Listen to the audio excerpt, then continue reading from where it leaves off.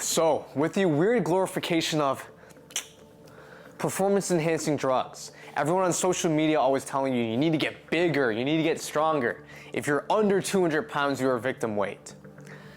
I was waiting for someone to speak out, and I thought to myself, why can't I be that person? Me personally, if you want my honest opinion on everything, I will never take performance-enhancing drugs in my life. I will live my entire life and I will die a lifetime natural, 100% natural. And I will never recommend that anyone, no matter what circumstance they're in, take performance-enhancing drugs either. This is a counter take to what is glorified nowadays on social media, but there's really one sole reason why I will never do this and I will never recommend it, and it's actually very simple.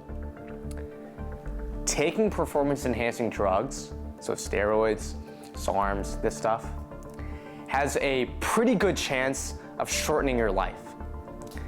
And I don't know about you, but for me, I want to live a long and fruitful life. I want to experience what happens in the world across hundreds of years, hopefully, you know. One of the big reasons why I got into fitness was so that I can live a healthy life where I'm able-bodied and I can stay away from the hospital. And PED use is pretty much going to do the opposite of that. Now, I don't think my opinion is like extreme or anything. I think anyone rationally, if they think long-term, would probably agree with me. But I think the problem is, especially this is true for a lot of younger people, they don't think about the long term. They think more short term. A really good example, love him or hate him, is Greg Doucette.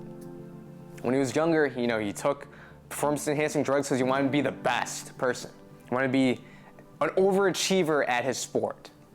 And now he comes out and he says he regrets it. At the age of 48, he regrets it. He realized shortening his life isn't worth him trying to continue to take performance-enhancing drugs for a chance to be the best. That's Greg though, right? He has some crazy ambitions. But what about all of us, all the regular people out there? If Greg had at least, a 20% reason to take performance-enhancing drugs, everyone else probably has a less than 1% reason to do so. Obviously, people generally take performance-enhancing drugs to enhance their performance, enhance the ability for them to build muscle, get stronger in probably a quicker amount of time, recover faster, whatever the reason, right? But you shouldn't treat fitness as a means to an end, because it takes maintaining a lifestyle about fitness in order to maintain your physique. So, let's say you get to your dream physique. I always say, you're still gonna have to continue to work out. You're still gonna have to continue to eat reasonably clean. You're gonna have to continue to hopefully do cardio. And honestly, these are three things that should intrinsically excite you. You should feel grateful to be able to do it. You should enjoy actually doing it, because maybe it allows you to de-stress from the rest of your life, or maybe it makes you feel, the endorphins flowing, so you just feel good about it, okay? That is what I deem to be a healthy relationship with fitness. However, when you start thinking shortcuts and, I want to get here quicker, if you really just take a step back and think about the repercussions of doing something like that, which is a shorter life, it makes you wonder, is that really worth it? And really, it's okay.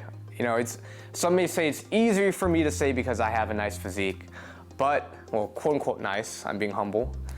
But to the average person, people probably think I'm small. Let's be honest. I wore this on purpose too. I know I look like a child wearing this. I look like a regular person.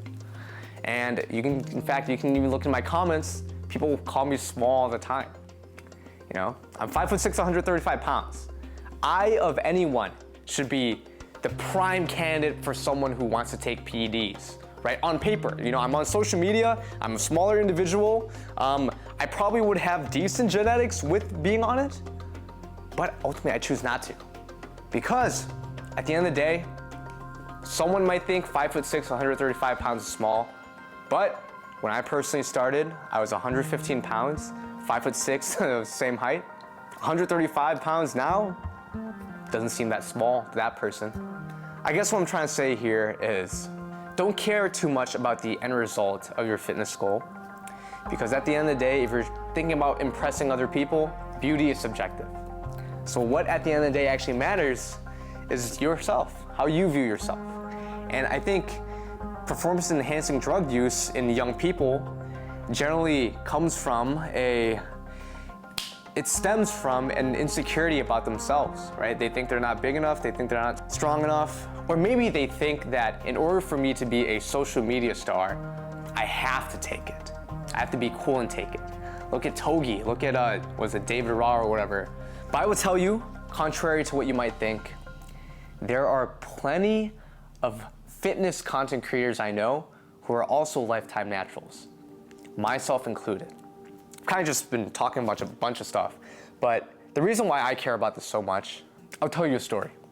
When I first started training, this was summer 2015 is when I really took fitness seriously. I went on YouTube, I looked up, workout, how to build muscle, upper body workout, this sort of thing. And the first person I saw and used to watch back in the day was Mike Chang, Six Pack Shortcuts. In hindsight, his advice didn't age well. He stopped making, traditional bodybuilding content because I believe he probably felt like a misalignment there too. He didn't really like what he was preaching too much. I have a soft spot for him. And because he was one of the only Asian fitness content creators at the time, I looked up to him immediately, right? And I'm so grateful that he was what I believe to be a lifetime natural. I believe he probably claimed it before. And at the time, I remember thinking, because he's natural, I'm like, you know what? I strive to look like him. And I think it's possible. Because he's natural too, I probably can do it too. So I think a lot about you guys watching, and maybe this only applies to like a lot of younger people, perhaps in college, in high school, maybe middle school, maybe even early career, right? And I think about the mark I want to leave on this earth.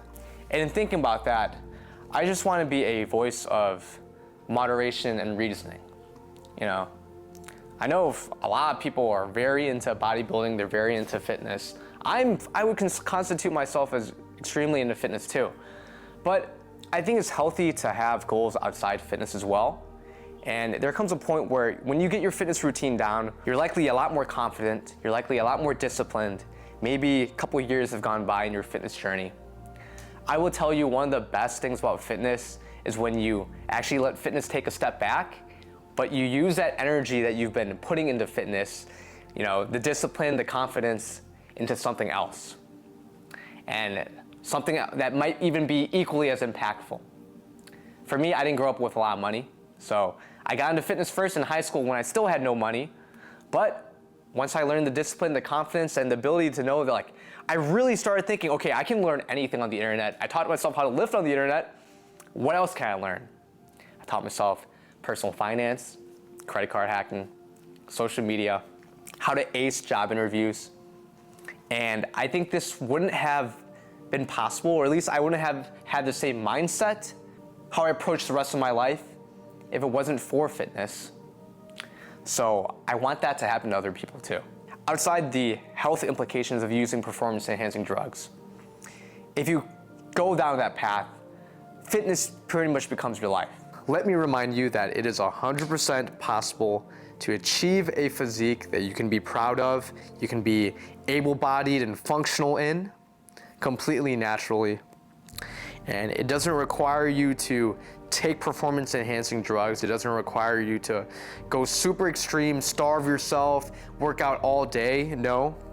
I think if you can reasonably dedicate at least 3 times per week, an hour in the gym, try to prioritize lean sources of protein, vegetables, fruits, and just whole foods in your diet more. And lastly, move around a lot. So walk around, maybe get a bike to commute instead of driving. If you're currently in a suburb and you're young, move to the city where you're able to drive more or walk more. Live on campus if you're going to college.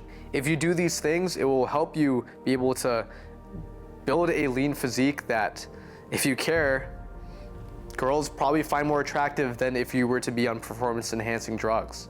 So never forget that. Don't fall into the temptation of what you see online. And if you don't believe me, check out some of these transformations that my clients have achieved in my fitness coaching program. And If you guys like these more, conversational videos where I really give my opinion on things, let me know in the comments, because I feel like a lot of times I just try to talk more about facts than anything instead of giving my opinion. Thank you guys so much for watching this video. Keep on grinding, and I'll see y'all in the next one. Peace.